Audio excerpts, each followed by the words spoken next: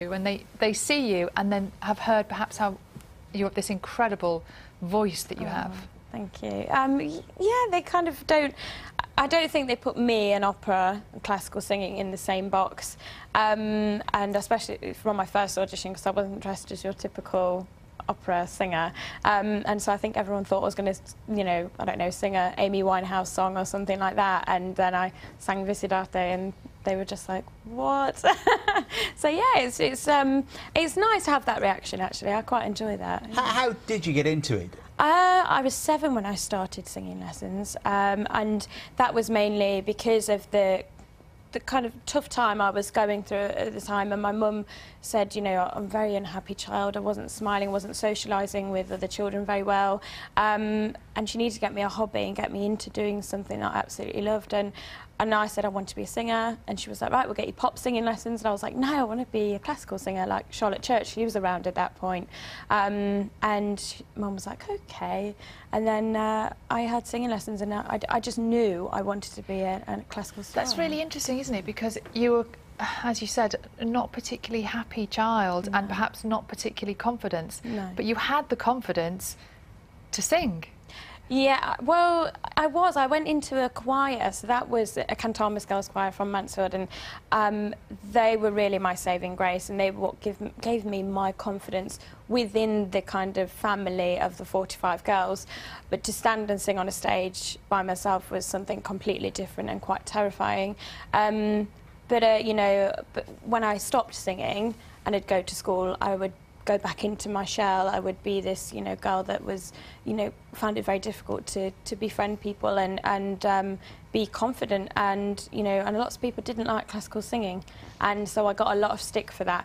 But when I went back to my singing lessons, you know, on the Fridays and Saturdays and Sundays and with the choir, you know, I was in a different place, and it just didn't, you know, nothing else mattered, so... Yeah. Oh, you talked on Britain's Got Talent about the bullying and you'd been attacked and stuff. Yeah. I mean, have you ever had any contact with the culprits from that time in your life? One did apologise to me when she saw me on the show. Really? You know, how did she get in touch? Facebook, the social media, and it was just private message. And I would never name anyone, because I just think that, you know, there was a couple that did kind of like name themselves on Twitter, and we never did that to you. And I was like, I never said you did. But they kind of like put their foot in it there. But, you know, she apologised and said, you know, I was going through a rough time at school myself, and you know, I took it out on you because, it, you know, well, I don't know why, but I'm sorry. And I kind of was like, you know, it doesn't matter. It's, you know, it helped me to get where I am, actually. So I have a lot to thank, you know, the people that put me down. Lucy, the best way to silence any critic, I think, is to show them your most outstanding talent, which is your voice. Oh. Would you please sing for us? Yes. What are you going to sing? Amy Babino Caro. I love this. Okay.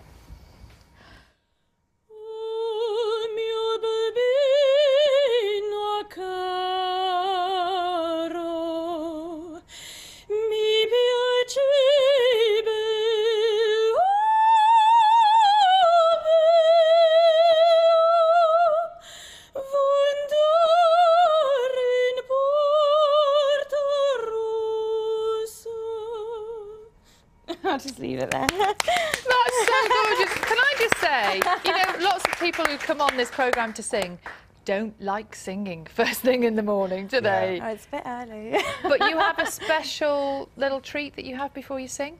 Chocolate? I do. I have a cube of chocolate. Well, I say cube, it's probably the whole bar by the and that's very cube, naughty. Like that sort of size, yeah? Big. It's very naughty to have that, because a lot of singers say dairy is quite bad. Actually, it gives me the boost. I don't always have it, but if I'm feeling like, you know, I need my sugar levels are a bit low, a bit of chocolate, and it helps me. It doesn't affect my voice. But other singers will disagree, but that's, you know, everyone's different. You strike me as somebody who just likes to rip up the rules. Yeah. About everything in your life, yeah? It's good to break the rules, isn't it? I think there's a stigma with classical music and opera especially. A lot of people think it's quite elitist, and this is why my album is very much opera arias, and there's a few songs on there that obviously I want to introduce people.